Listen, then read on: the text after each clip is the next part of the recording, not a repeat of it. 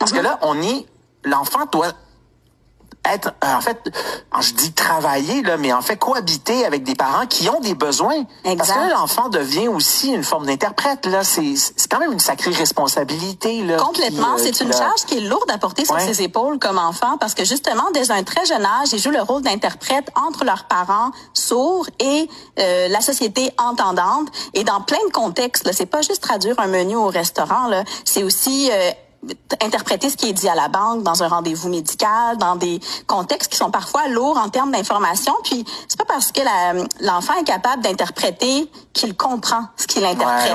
Donc il y a ça aussi qu'il faut savoir. Et puis donc les enfants de parents sourds, ils deviennent en quelque sorte les oreilles et la parole de leurs parents. Et oui, c'est une très grosse responsabilité pour un enfant.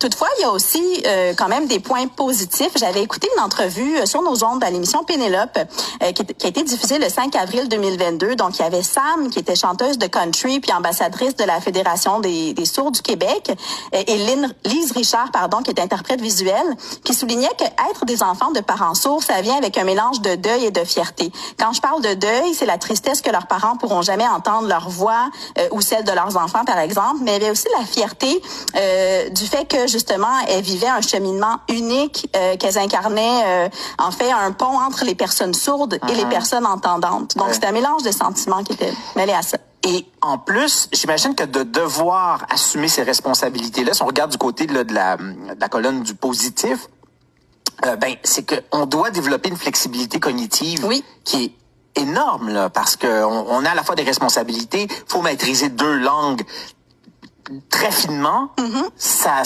rend, disons, plus cognitivement. Ça rend le cerveau plus performant, on peut le dire comme ça, exactement. Donc, la flexibilité cognitive, elle est précieuse à n'importe quel moment où on doit résoudre un problème, où on doit s'adapter. Donc, la capacité d'adaptation va être augmentée chez les personnes bilingues avec une langue signée puis une langue orale, ou même avec 2 langues orales. Donc, le fait de manipuler 2 langues ou plus, orale et visuelle, ça sollicite davantage la mémoire de travail. Puis ça peut améliorer les capacités de mémorisation aussi et de traitement simultané d'informations qui sont complexes. Puis ça va aussi renforcer la capacité à observer, à interpréter les détails comme les expressions faciales en interaction ou les gestes.